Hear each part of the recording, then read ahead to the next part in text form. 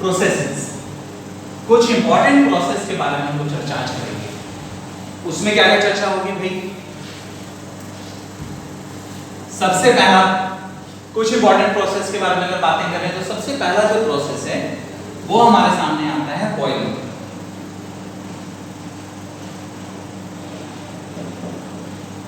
Boiling क्या होता है? What do you mean by the term boiling? एक ऐसा प्रोसेस बॉइलिंग का है जिसके अंदर हम लोग देखते हैं कि भाई ठीक है, कोई भी सामान हमारा बॉईल कर गया, नहीं कर गया, क्या हो गया, अक्सर सुनने को मिलता है पानी बॉईल करता है। क्या सिस्टम क्या है? हम लोग कहते हैं the process by which liquid changes to gas is state, liquid change to the gaseous state on heating.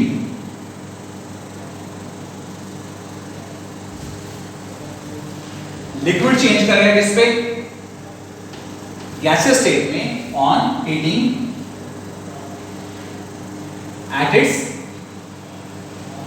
Boiling it's boiling point. कितना तक हीट करना होगा तब बॉइलिंग कराएगा? जब उसकी बॉइलिंग पॉइंट तक उसको हीट करोगे तब बात करेंगे हम किसकी? बॉइलिंग की। तो सर इसका मतलब क्या हुआ? बॉइलिंग पॉइंट क्या होता है? तो वो देखो, इसका एक और डेफिनेशन आप देखने को आपको मिलेगा, बड़ा ही अच्छा डेफिनेशन है। The process bye which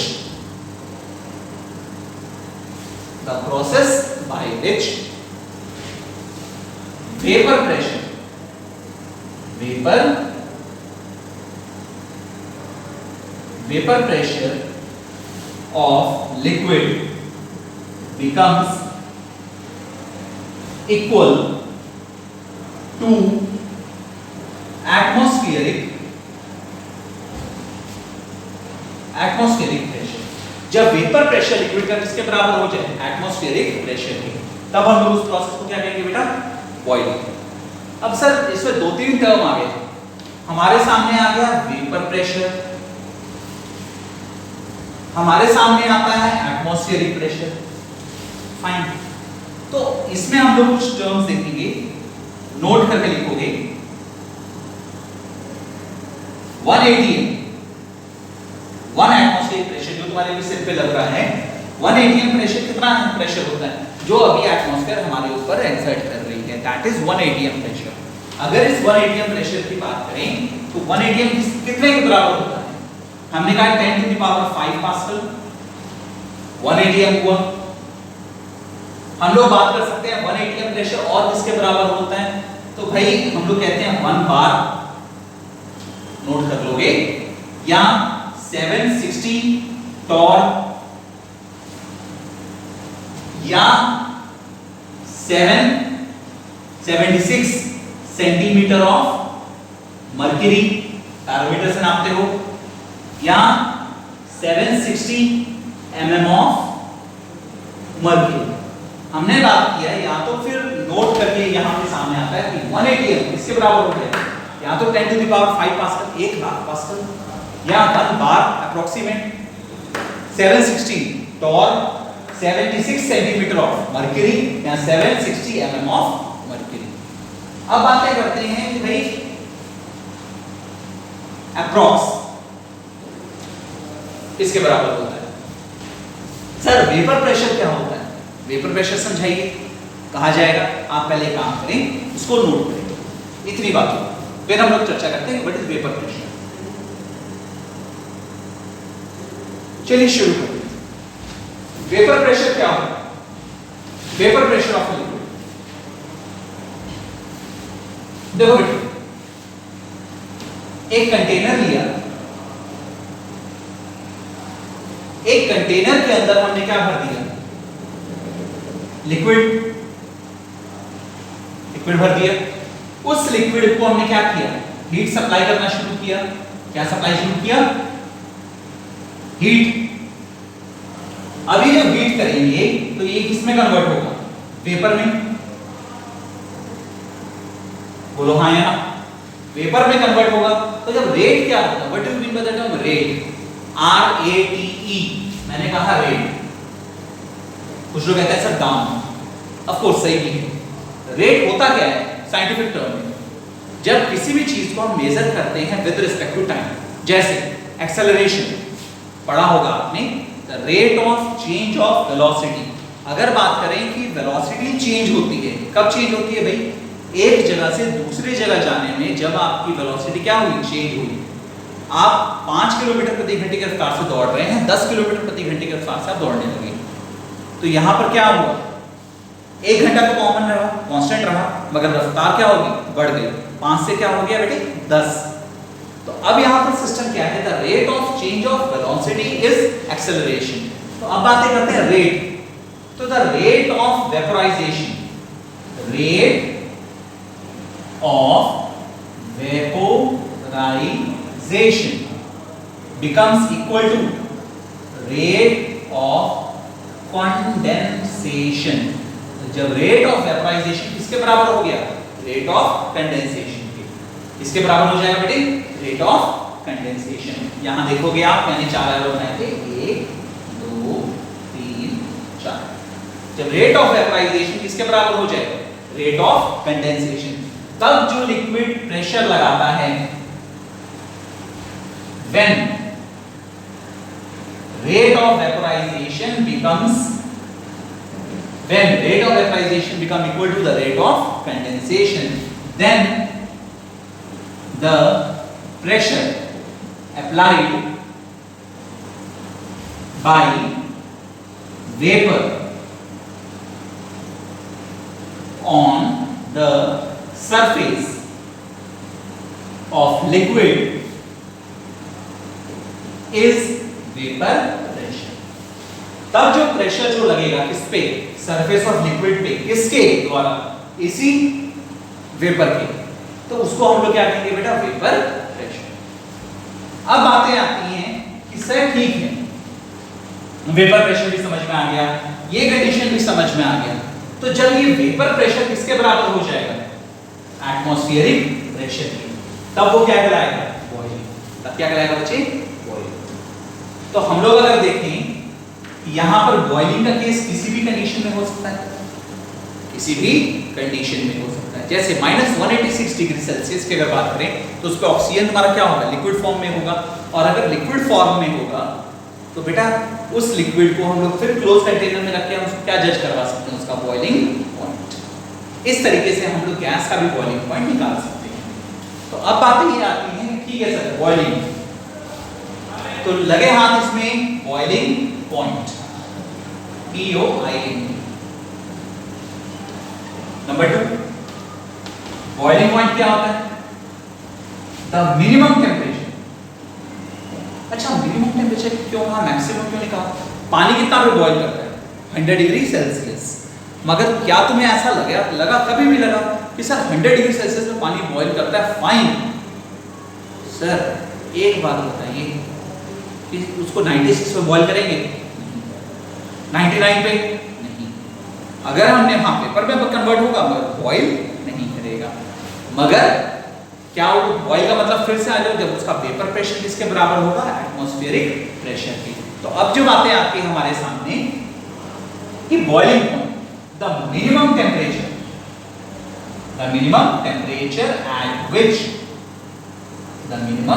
at which vapor pressure of liquid becomes equal to atmospheric pressure। जब minimum temperature at which vapor pressure of liquid become equal to atmospheric pressure, तब उसको हम लोग कंडीशन को क्या कहेंगे, बॉइलिंग पॉइंट। तो पानी मिनिमम क्या है, तो मैक्सिमम अगर पानी को 150 डिग्री सेल्सियस दोगे उबलेगा नहीं, बिल्कुल उबलेगा, मगर मिनिमम कितना चाहिए, 100 डिग्री सेल्सियस। तो अब ये बातें आती हैं, बॉइलिंग पॉइंट भी समझ में आ गया हमें। तो अब नेक्स्ट टॉपिक आता है इस चैप्टर में, वो आता है हमारा बॉइलिंग के साथ साथ इवेपोरेशन। क्या आता है बेटा,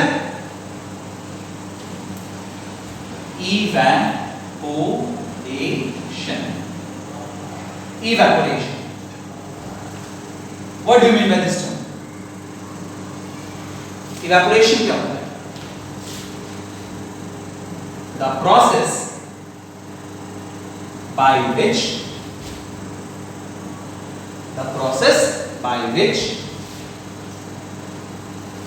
liquid changes to the gaseous state at same चीज होगा, liquid changes to the gaseous state, but at atmospheric temperature and pressure.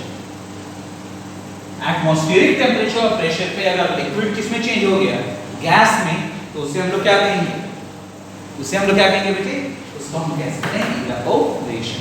Boiling में याद होगा मैंने कहा था क्या कि बॉइलिंग तब होगा जब वेपर प्रेशर किसके बराबर हो जाएगा? एटमॉस्फेरिक प्रेशर के, मगर उसका बॉइलिंग पॉइंट अटेन होना चाहिए। मगर इवेपोरेशन में ऐसा कोई कंडीशन नहीं है। तुम याद रखो, जैसे अगर कहा जाए हमारा कपड़ा सूखता है, बहुत गीला कपड़ा है, मशीन में धोया हुआ है, अभी कपड़ा सूख रहा है, बाहर तुम सूखने के लिए टांग दो, गर्मी के दिनों में सूख जाता है?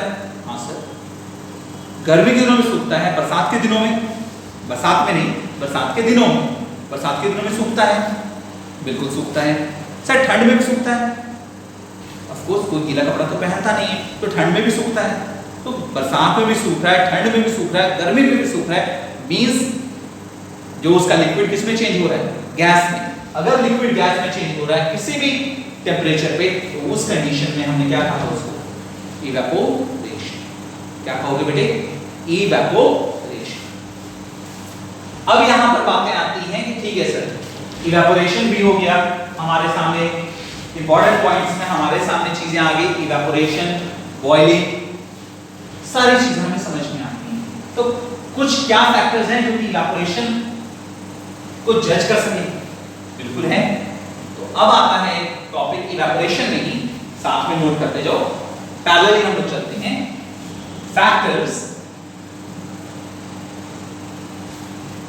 अफेक्टिंग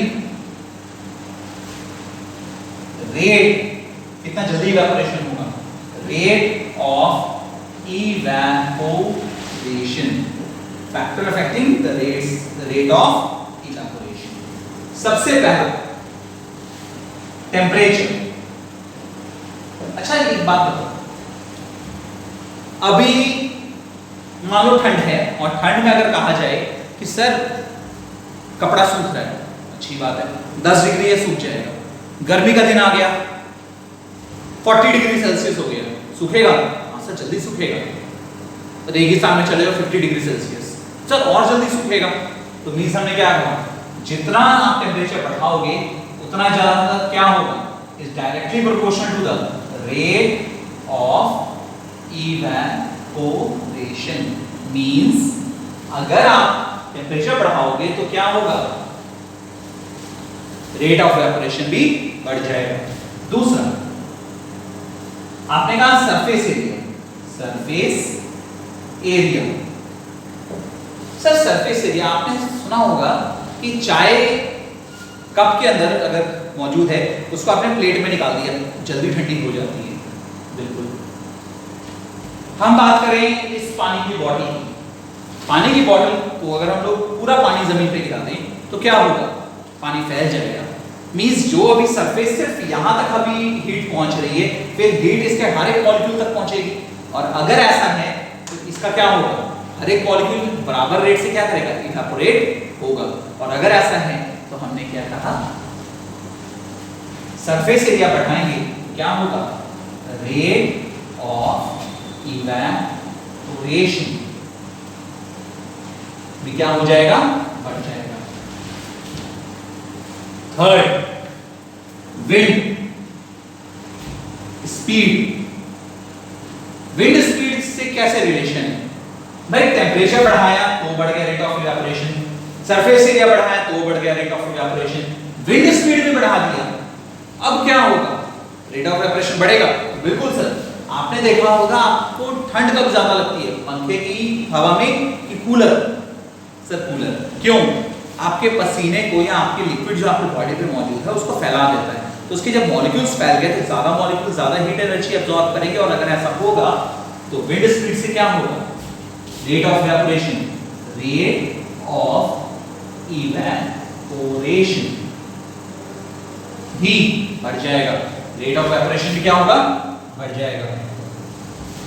अच्छा, पहले इतना नोट करो, फिर हम लोग लास्ट एक टॉपिक डिस्कस करते हैं, फोर्थ पैरामीटर जिसको कहते हैं हम लोग humidity.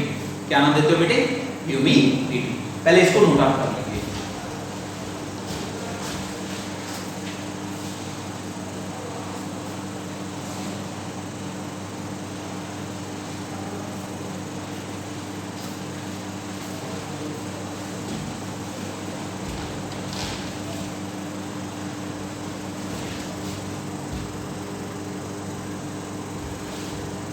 Next factor that affect the rate of evaporation.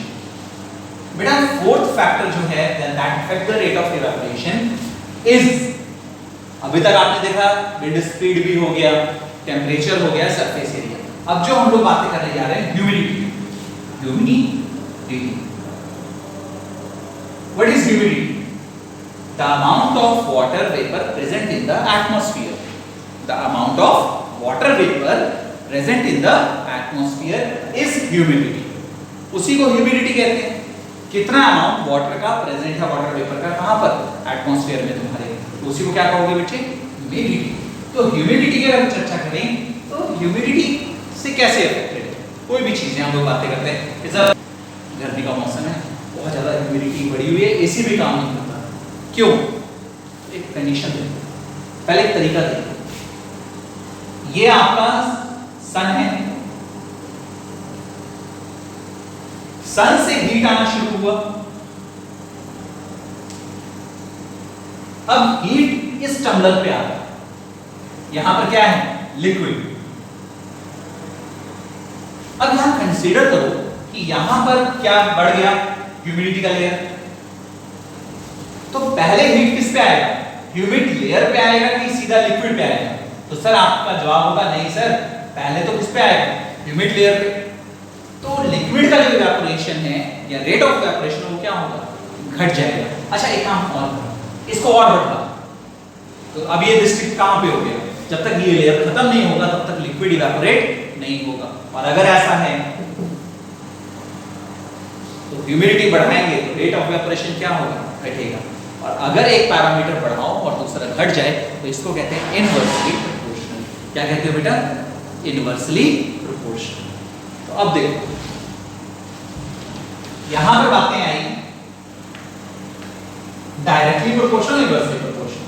तो यहां पर तुम कहोगे कि sir humidity is inversely proportional to the rate of evaporation, inversely proportional to the rate of evaporation.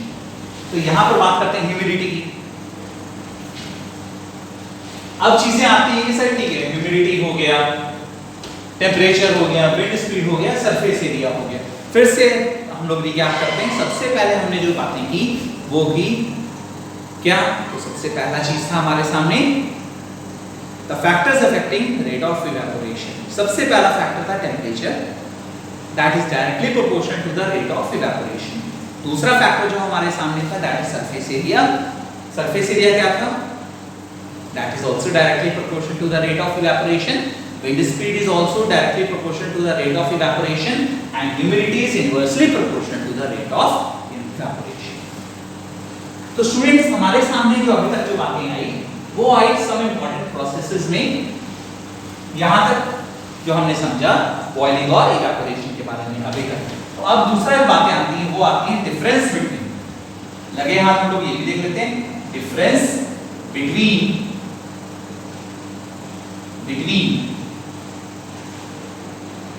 Boiling, difference between भी देख लेते हैं, बॉइलिंग एंड इवेपोरेशन। बॉइलिंग और इवेपोरेशन में अगर एग्जाम में पूछे कि what is the difference between boiling and evaporation, तो सबसे पहले अगर हम लोग देखें कि व्हाट इज बॉइलिंग, बॉइलिंग क्या है? अच्छा, जब गर्म करते तो पूरा लिक्विड गर्म होता है ना, सिर्फ सरफेस उसका गर्म नहीं होता कि सिर्फ सरफेस गर्म हो गया, ऐसा नहीं है। तो boiling is a bulk phenomenon, bulk phenomenon. बल्कि ये क्या है? It's a surface phenomenon.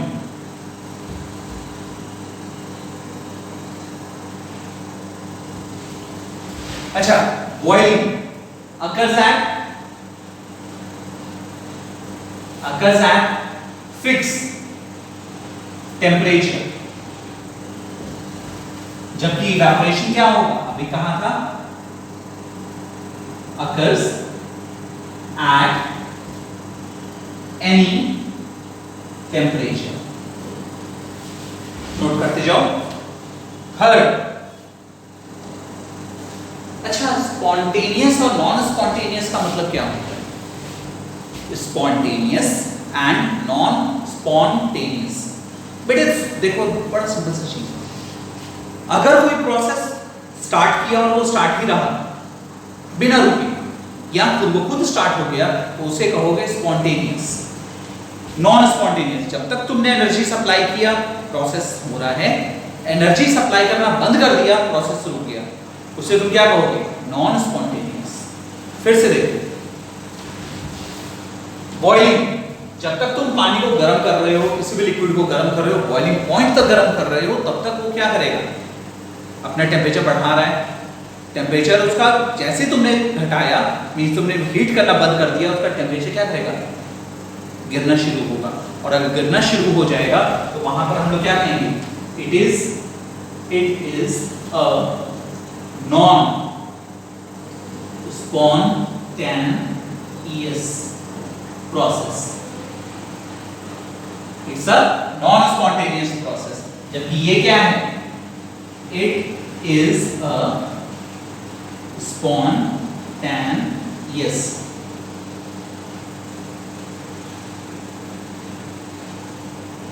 It's a spontaneous process. Evaporation खुद ब खुद होता है, आपको अलग से एनर्जी लगाने की इसमें जरूरत नहीं है। आपने एटमॉस्फेयर में रख दिया, एटमॉस्फेयर से क्या लेगा? हीट एनर्जी लेगा और ये कन्वर्ट होना शुरू हो जाएगा। आप कहोगे sir evaporation is a spontaneous process. पहले इतना नोट करें, फिर हम लोग इसमें आगे बढ़ते हैं।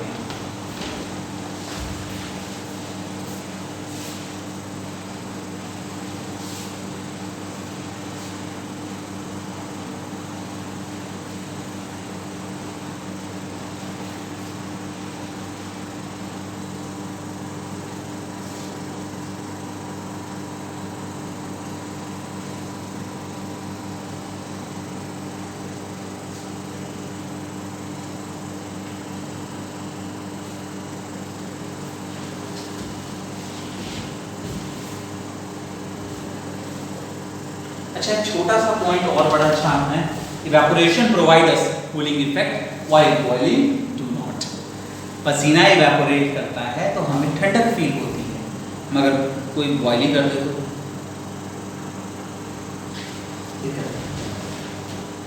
अब हम कहते हैं इसी में, अब आइए यहां तक नोट कर लिया होगा।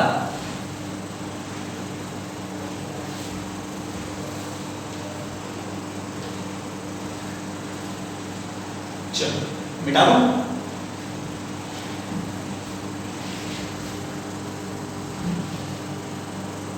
नेक्स्ट जो हमारे सामने प्रोसेस आता है, थर्ड वन। अब थर्ड प्रोसेस की क्या बात करें जो हमारे सामने आ रहा है, वो प्रोसेस है, देखोगे बेटे बड़ा ध्यान से इस चीज को समझोगे, इंपॉर्टेंस रखिएगा। अभी तक हमने दो प्रोसेस कौन कौन से पढ़ लिए? बॉइलिंग पढ़ लिया, इवेपोरेशन पढ़ लिया। आज की क्लास में हमने एक और चीज पढ़ा, बॉइलिंग और इवेपोरेशन के बीच का डिफरेंस क्या है और फैक्टर अफेक्टिंग इवेपोरेशन। अब जो हम लोग देखने जा रहे हैं थर्ड पॉइंट, वो प्रोसेस हम लोग देखेंगे, वो क्या होगा? जब सॉलिड पूरी तरह चेंज हो जाएगा किसमें? डायरेक्ट गैस में। अब जब सॉलिड लिक्विड में चेंज हो रहा था, अब सॉलिड किसमें चेंज होगा? गैस में। Means solid to liquid. तो लिक्विड और लिक्विड टू गैस, और एक कंडीशन सॉलिड से डायरेक्टली गैस। तो लिक्विड से गैस में अभी हमने दो प्रोसेस देखे, कौन कौन से देख लिए भाई? बॉइलिंग भी देखा और इवेपोरेशन भी देखा। सर बॉइलिंग भी देख लिया और इवेपोरेशन भी देख लिया। इसको थोड़ा हम बेटर ढंग से अगर यहाँ पे डिपिक्ट करें तो ज्यादा बेटर होगा। थोड़ा देखते हैं, यहाँ पे हम लोग लिखते हैं गैस, लिक्विड टू गैस अगर हो रहा है तो यहां पर हम लोग क्या कहेंगे? वेपोराइजेशन इसमें, और बॉइलिंग या इवेपोरेशन। कोई भी प्रोसेस करें तो लिक्विड से गैस में कन्वर्ट हो रहा है, फाइन। तो हम लोग एक कॉमन प्रोसेस रखते हैं, क्या? वेपोराइजेशन। मगर बेटा अगर हम लोग कहें कि ठीक है सर सॉलिड से लिक्विड चले तो वहां पे हम लोग बात करेंगे किसका? Melting. When solid changes to the liquid state, तो यहां पर आप क्या नाम दोगे? मेल्टिंग।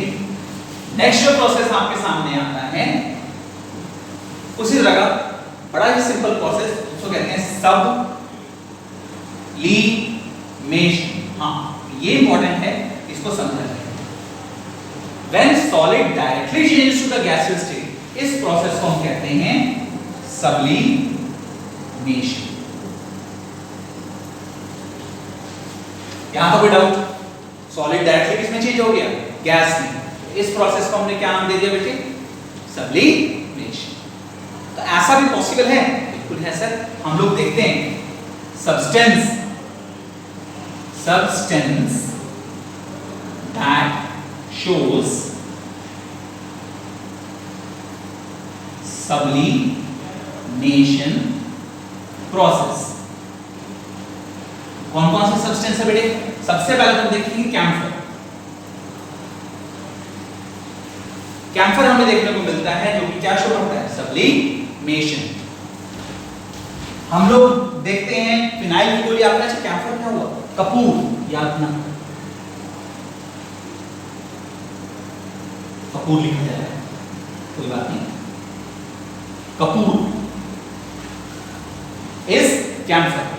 अच्छा बेटे कपूर हो गया, कैम्फर, फिर अमोनियम क्लोराइड, फिर सर और भी थोड़ा इजी से देखते हैं फिनाइल का गोली, फिनोक्थिलीन। देखो फिनाइल का गोली naphthalene, naphthalene balls, naphthalene balls phenyl की गोली को हम लोग कहते हैं। अब बातें आती हैं बड़ी ही सिंपल हो गई, नेप्थलीन बॉल्स, फिनाइल की गोली हो गई, सब्सटेंस दैट शोज सब्लिमेशन, सब बातें समझ में आती हैं। ये सभी क्या करेंगे? सॉलिड से डायरेक्टली गैस। अच्छा बेटा एक चीज बहुत इंपॉर्टेंट है, गैस से सॉलिड अगर आ गया तो भी क्या करना है? सब्लिमेशन। अच्छा इसमें एक और बड़ा अच्छा प्रोसेस है, यहां पे एग्जांपल में आप देखोगे सॉलिड फॉर्म ऑफ CO2। इसी को हम लोग एक और नाम देते हैं, क्या नाम देते हैं? Dry ice. अच्छा कुछ कुछ जगह पे आप इसको एक और नाम देखोगे, डिपोजिशन। डिपोजिशन याद रखिएगा। तो स्टूडेंट्स हमने अभी तक जो देखा वो देखा मेल्टिंग, सब्लिमेशन, वेपोराइजेशन। अब बातें आती हैं कि सर ठीक है लिक्विड से सॉलिड हो जाए तो? लिक्विड से सॉलिड तो हो जाएगा फ्रीजिंग। क्या हो जाएगा? फ्रीजिंग, जम जाएगा। या फ्रीजिंग से भी ज्यादा सॉलिडिफिकेशन, सॉलिडिफिकेशन।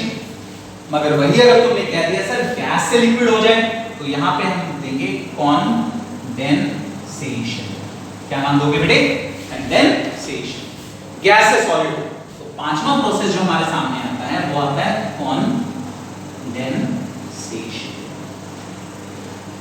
अभी कंडेंसेशन प्रोसेस बहुत इंपॉर्टेंस रखता है। कंडेंसेशन प्रोसेस जब हम लोग देखते हैं तो हम लोग हर वक्त देखते हैं कि वाटर ड्रॉपलेट्स फॉर्म होने लगे, कोई भी गर्म चीज आपके सामने आती है, ठंडी चीजें आती हैं, तो आप लोग देखोगे सर कुछ ड्रॉपलेट्स ठंडी बर्फ से, अच्छा कभी आपने देखा कोल्ड ड्रिंक, कोल्ड ड्रिंक में आप देखोगे तो कोल्ड ड्रिंक के अंदर उसके ग्लास आप देखोगे कुछ कुछ ड्रॉपलेट्स पानी के नजर आते हैं। कब आते हैं? जब एटमॉस्फेयर में मौजूद क्या होगा, वेपर कंडेंस कर जाएगा। तो अगर ऐसा है तो वहां हम लोग बातें करते हैं condensation, the process by which gas converted to the liquid state, the process by which gas can be converted to the liquid state by कैसे, by increasing pressure and decreasing temperature. तो कंडेंसेशन जो process है, एक minute, solid liquid to solid to liquid solid।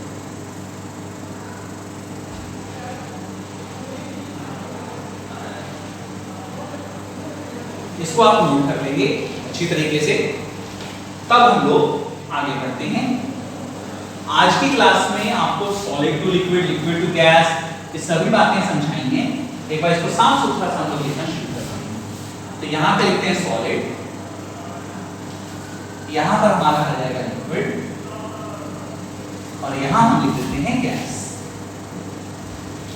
तो बेटा solid से अगर liquid में चेंज हो रहा है तो सॉलिड से लिक्विड में चेंज होना मतलब मेल्टिंग। अच्छा लिक्विड से सॉलिड में चेंज हो गया, देखो एरो देखना ध्यान से, इसको क्या कहेंगे? Solidification, solidification. लिक्विड से गैस में कन्वर्ट हो गया तो वेपोराइजेशन, वेपोराइजेशन। अच्छा बेटा गैस से अगर लिक्विड में चेंज होना शुरू हो गया तो कंडेंसेशन, फिर क्या कहलाएगा बच्चे? कंडेंसेशन। अच्छा बच्चे अगर solid to liquid, liquid to gas, gas to liquid, liquid to solid, ये सभी बातें हमें समझ में आती हैं अच्छी तरह से। अच्छा अब देखो सॉलिड से क्या बन गया? गैस। इसको हम लोग कहेंगे सॉलिड से गैस को, अभी बताया था, सबलीमेशन। क्या कहेंगे बच्चे? सबलीमेशन। एंड गैस टू सॉलिड, इसको भी क्या कहेंगे? सबलीमेशन। आप इसको नोट करेंगे, ठीक है? तो पहले इसको नोट कर लीजिए और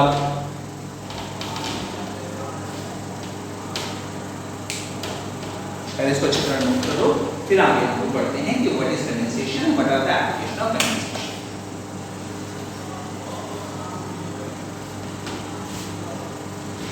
तो आज की क्लास तक के लिए आप इसको पूरा नोट करोगे। And thanks for the patience, thank you very much.